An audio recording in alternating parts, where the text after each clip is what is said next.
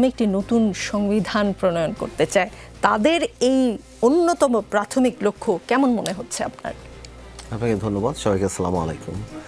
এখন যেহেতু ওনারা রাজনৈতিক দলকে দেখি, এখন জনগণই ঠিক করবে ভোটের মাধ্যমে। নিশ্চয়ই যেহেতু ওনারা রাজনৈতিক দল, ভোটের মাধ্যমে যদি ওনারা আসেন তাহলে ওনাদের ইচ্ছা প্রতিফলিত হবে, ওনারা কাজ করবেন। আমাদের কাছে এটা 42টা 43টা নিবন্ধিত রাজনৈতিক দল আছেন, ওনারা তো এখনও নিবন্ধন পাননি। যখন নিবন্ধন পাবেন বা না পাক, ডাজন্ট ম্যাটার অ্যাকচুয়ালি আমার কাছে ব্যক্তিগতভাবে। বাট একটা রাজনৈতিক দলের অনেক ধরনের দাবি থাকতেই পারে, এটা ওনাদের দাবি। ওনারা মনে করেন যে বাংলাদেশে একটা সেকেন্ড রিপাবলিক হওয়ার প্রয়োজন আছেন। আর সো আমি এটাকে পজিটিভলি দেখি। আমার কোনো কিছু না যে আমি এটাতে একমত হই না হই বা বিএনপি একমত হওয়ায় প্রকাশ করেছেন, ওনারা ওনাদের দাবি করেছেন, জনগণ ঠিক করবে। জি, নির্বাচনের মাধ্যমে তারা আসলে, কিন্তু তারা চাচ্ছেন যে একটি গণপরিষদ নির্বাচনের মাধ্যমে নতুন সংবিধান। গণপরিষদ নির্বাচনটা বোধহয়, যতটুকু আমার আন্ডারস্ট্যান্ডিং, তারা সাধারণ যে জাতীয় নির্বাচন তার আগেই চাচ্ছেন। আমি আপনাকে আগেই বললাম যে এই জিনিসগুলি হতো যদি এখানে একটা বিপ্লবী সরকার হতো। স্বৈরাচার পতনের পরে যদি একটা বিপ্লবী সরকার হতো তখন এই জিনিসগুলি আসতো। এখন আপনি কিছু কিছু সময় সংবিধানকে আপনি রেসপেক্ট করবেন, আবার কিছু কিছু সময় আপনি বিপ্লবী হয়ে যাবেন, এরকম একটা মিক্স কালচার এখন চলছে। তো কখনো ওনারা সংবিধানকে মানছেন, কখনো ওনারা আবার বলছেন আমরা বিপ্লবী, কিসের সংবিধান, এটা হওয়া দরকার। এই কথাগুলি বিপ্লবী সরকারের কথা। গণপরিষদ হওয়া দরকার, বা সবাই মিলে একটা কনসেনসাস হওয়া দরকার, সংবিধানকে ছুঁড়ে ফেলা দরকার, এই সংবিধান হবে না 72-এর সংবিধান, নতুন সংবিধান দরকার। এবং বাট এই জিনিসগুলির জন্য আমার মনে হয় আমরা টু লেট এখন। আমার ধারণা, আমার কাছ থেকে আমার ধারণা এটা টু লেট। অলরেডি নির্বাচন নিয়ে কথা হয়ে গিয়ে তাদেরকে এখন ওটাতে বেশি কনসেন্ট্রেট করা উচিত, যে নির্বাচনের মাধ্যমে যদি ওনারা ক্ষমতায় আসেন তাহলে করবেন ওনারা। জি, বিএনপির স্থায়ী কমিটির সদস্য সালাউদ্দিন আহমদ বলেছেন যে যারা গণপরিষদের বিষয়ে সামনে আনছে, যারা সেকেন্ড রিপাবলিকের বিষয়ে সামনে আনছে, হয় তারা বোঝে না, অথবা বুঝেও আমাদের এই রাষ্ট্র ব্যবস্থাকে আরও দীর্ঘায়িত অগণতান্ত্রিক প্রক্রিয়ার মধ্য নিয়ে যাওয়ার ষড়যন্ত্রে আছে বা ষড়যন্ত্র করছে। আপনি কোনো ষড়যন্ত্র দেখেন? না, আমি ষড়যন্ত্র দেখবো কেন? It's all part of politics. আমি ষড়যন্ত্র ওই এটা অনেক কঠিন একটা শব্দ, আমি হয়তো সেটা ব্যবহার করব না, বা বোঝে না আমি সেটাও বলবো না, সেটা অনেক পার্সোনাল হয়ে যাবে। অবশ্যই ওনারা বুঝেন, মানে ওনারা এটা চাচ্ছেন। এবং সালাউদ্দিন সাহেব খুব লজিক্যালি একটা কথা বলেছেন যে যদি বাংলাদেশ ওই দিকে যায়, যদি গণপরিষদ ভোট হয় বা অন্যান্য কোনো কিছু হয়, তাহলে সেই জিনিসগুলি আমাদের যে কাঙ্ক্ষিত নির্বাচনটা সেটাকে অনেক বিলম্বিত করবে। এই কারণেই বারবার স্থানীয় সরকার নির্বাচন নিয়ে অনেক কথা হচ্ছিল। আপনি দেখতে পাচ্ছেন এর আগে কিন্তু ন্যাশনাল চার্টার নিয়ে কথা হচ্ছিল, এর আগে আনুপাতিক ভোট নিয়ে কথা হচ্ছিল।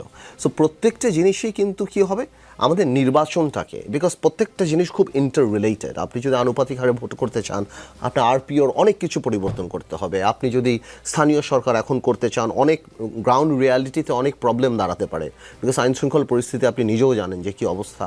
এবং আপনি যদি দেখেন যে এমন একটা সময় যদি আসে যে সাধারণ একটা পরিবেশের মধ্যেও যখন আপনার স্থানীয় সরকার নির্বাচন হয়, তখন যেই পরিমাণ সন্ত্রাস এবং মারামারি সেখানে হয়, এখন যেই পরিমাণ পুলিশের যা ভূমিকা, এখন যদি আপনি নির্বাচন চেষ্টা করবে, সেখানে কিন্তু অনেক গণ্ডগোল হবে। তো আমি মনে করি this is not the right time, যেটা আমরা ইউনূস সাহেবের সামনেও বলেছি এবং বিএনপিও আমাদের সাথে একমত, অনেকে চাচ্ছে।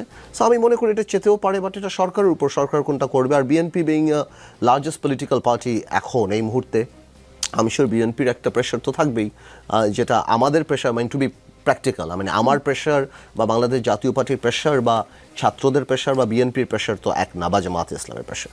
তো আমি বারবারই এই জন্যই হয়তো সালাউদ্দিন সাহেব বলেছেন যে সব কিছুই নির্বাচনকে বিলম্বিত করার একটা পায়তারা বা একটা দুর্বিসন্ধি অনেকের কাছে মনে হচ্ছে। নির্বাচনের সময় নিয়ে গড়িমসি করছে সরকার, এমন একটা অভিযোগ করছে বড় দল বিএনপি। প্রধান উপদেষ্টা যদিও ডিসেম্বরের 25-এর কথা বলেছেন যে এর মধ্যে নির্বাচন হবে। বিএনপির স্থায়ী কমিটির সদস্য আবারও সালাউদ্দিন আহমেদের প্রসঙ্গই আসছে। তিনি যেটা বলেছেন, গতকালকেই সম্ভবত তিনি একটা আলটিমেটাম দিয়েছেন যে চলতি মাসের মধ্যে নির্বাচনের রোডম্যাপ ঘোষণা না দিলে পরবর্তী সিদ্ধান্ত নেবে রাজনৈতিক দলগুলো। এরকম একটা কথা তিনি বলেছেন। আপনার চোখে নির্বাচন নিয়ে অন্তর্বর্তী সরকার অফ দ্য ডাউট যে কোনো অসুবিধা নেই তারা করছে, কিন্তু সিচুয়েশন তো হয়ে যেতে পারে, যে কোনো সময় একটা সিচুয়েশন বের হয়ে আসতে পারে যেখানে নির্বাচনটা একটু বিলম্বিত হতে পারে। ওই ধরনের সিচুয়েশনই যাতে না আসে, বিকজ আপনার একটা জিনিস অ্যাকসেপ্ট করতে হবে যে ইউনূস সরকারটা পলিটিক্যাল সরকার না, এটা একটা রাজনৈতিক সরকার না। ওনারা এসেছেন একটা দেশের এমন একটা ক্রাইসিসের সময়, এবং এসেছে মানে কি আমরাই নিয়ে এসেছি, সবাই মিলেই তো ওনাদেরকে নিয়ে এসেছেন। তো বাট ক্রমাগত যে একটা চাপ দেওয়ার, আমি মনে করি পলিটিক্যালি এটা কারেক্ট যে আমরা চাপে রাখবো যাতে করে ওনারাও মাথায় রাখে যে না, আমাদের সঠিক সময় নির্বাচন দেওয়ার যথেষ্ট বাইরের চাপ আছেন এবং ন্যাশনাল কমিটমেন্ট আছে। বিকজ যখন ডক্টর ইউনূস সাহেব টিভির সামনে বলে দেয় বা আর্মি চিফ টিভির সামনে বলে দেয়, তখন তো জাতি একটা স্বপ্ন দেখা আরম্ভ করে। আর আমি মনে করি এখন নির্বাচনটা খুব দরকার, কারণ ইকোনমি স্থবির হয়ে গিয়েছে, ব্যবসা বাণিজ্য স্থবির হয়ে গিয়েছে, মানে সব কিছু যেমন আটকে গিয়েছে, যে একটা সেটেল নির্বাচন হলে মানুষ আবার কাজ করা আরম্ভ করবে। যার সাথে আপনি কথা বলবেন সবাই বলবে যে নির্বাচনের পরে করব, একটা দালান বানানো থেকে আরম্ভ করে যে কোনো ধরনের সব কিছু। তো ইকোনমির অবস্থা কিন্তু বেশ খারাপ, আর এই খারাপ কিন্তু আজকে থেকে না, এই খারাপ আপনার মনে আছে 2024-এর নির্বাচনের 6 মাস আগে থেকেই গন্ডগোল যখন স্টার্ট হয় তখন থেকে আজকে পর্যন্ত, এর আগে কোভিড গেল। তো আমি মনে করি কিন্তু এই নির্বাচনের দিকে যাওয়াটাই মানুষের কথা চিন্তা করে বেটার। আর ছাত্ররা বা যারা দল করেছেন বা যারা করছেন বা সামনে আরও যেসব দল আসবেন, ওনারা যদি জনগণের সাথে, জনগণ যদি ওনাদেরকে গ্রহণ করে, অফকোর্স ওনাদের এই জিনিসগুলি তো আমরা মানে কি বাংলাদেশের জনগণ এটা কগনিজেন্সে নেবে। আদারওয়াইজ তো আপনার দাবি আমার নির্বাচনের কথা বলে, তখন এক ধরনের প্রতি উত্তর পাওয়া যায় অন্য একটা গ্রুপ থেকে যে এই আন্দোলনের সময় কোন গ্রাফিতি বা কোন দেয়াল লেখনে নির্বাচনের কথা ছিল, সবাই সংস্কারের কথা বলেছে, নির্বাচনের কথা তো কেউ বলেনি। না, আমরা তো সংস্কার না বলছি না, বাট আপনার এমন সংস্কার করতে হবে যেই সংস্কারটা, দেখেন ছোট ছোট সংস্কার আপনি করেন কোনো অসুবিধা নাই, বাট আপনার এমন সংস্কার করতে হবে যেই সংস্কারটা জনগণ আপনাকে ম্যান্ডেট দেয়। জনগণও আপনার সরকার চালাতে দেয় নাই, সরকার নামাতে আপনাকে ম্যান্ডেট দিয়েছিল। এই ছাত্রদেরকে, বা এই প্রশ্ন তো আমরাও করতে পারি, ওনারও যে রাজনৈতিকভাবে তাহলে ওনাদেরও অভিপ্রায়, অভিরুচি, ইচ্ছা, বাসনা, লালসা যে ওই চেয়ারে তারা পার্মানেন্টলি বসবে, জিনিসটা আসলে এরকম না। এই আন্দোলনটা তো কোটা থেকে স্টার্ট হয়েছিল, সংস্কারের জন্য তো স্টার্ট হয় নাই শুধুমাত্র কোটা।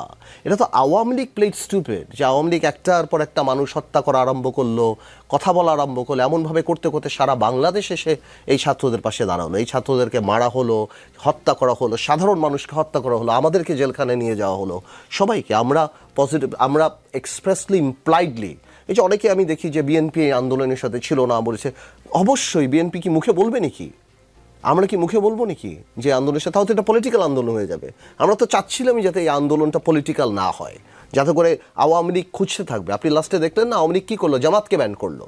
বিকজ আওয়ামী লীগ চাচ্ছিল যে জামাতকে ব্যান করার পর যাতে জামাত রাস্তায় নামে, যাতে এই ছেলেগুলিকে হত্যা করার আওয়ামী লীগ একটা জাস্টিফিকেশন পায় যে এরা জঙ্গি। তো আমরা তো ওই পলিটিক্যাল ট্র্যাপে পা দেই নাই। তো এইটা কোটা আন্দোলন থেকে যখন এই আন্দোলনটা সারা বাংলাদেশের মানুষ পাশে দাঁড়ালো, যখন নির্বিচারে গুলি করা হলো, এই নাহিদ, আসিফ, হাসনাত, সার্জি, ওদেরকে যখন ধরে নিয়ে যাওয়া হলো, আমরা তো ডিবি অফিসে ছিলাম, ওদেরকে নিয়ে আসলো, ওদের অত্যাচার করা হলো, তখন মানুষ এসে ওদের পাশে দাঁড়ালো, ইমোশনের জায়গা আসলো। তখন যে যেভাবে নির্যাতিত, সেই কারণে এসে ওদের পাশে। তো আমার প্রশ্নটা হলো, এরকম হতেই পারে, ইট ডাজন্ট ম্যাটার যে সংস্কারের কথা আপনি বলবেন বলে আপনি কি সংস্কার করতেই থাকবেন, পারপিচুয়াল সংস্কার, এই দেশে নির্বাচন হবে না? আপনি বলে দেন যে ভাই এই সংস্কারগুলি, আমরাও তো বলি এই সংস্কারগুলি সরকার করুক, বাকিটা সামনে যারা নির্বাচিত সরকার তারা করবে। আর আমরা যদি এই সংস্কার না করি তাহলে আমরা জনগণের কাছে দায়বদ্ধ না। একটা জিনিস তো এখন আমাদের মেনে নিতে হবে যে সরকার ফালানোটা এখন আর খুব একটা কঠিন ব্যাপার না, এই জিনিসটা আমরা দেখে ফেলেছি।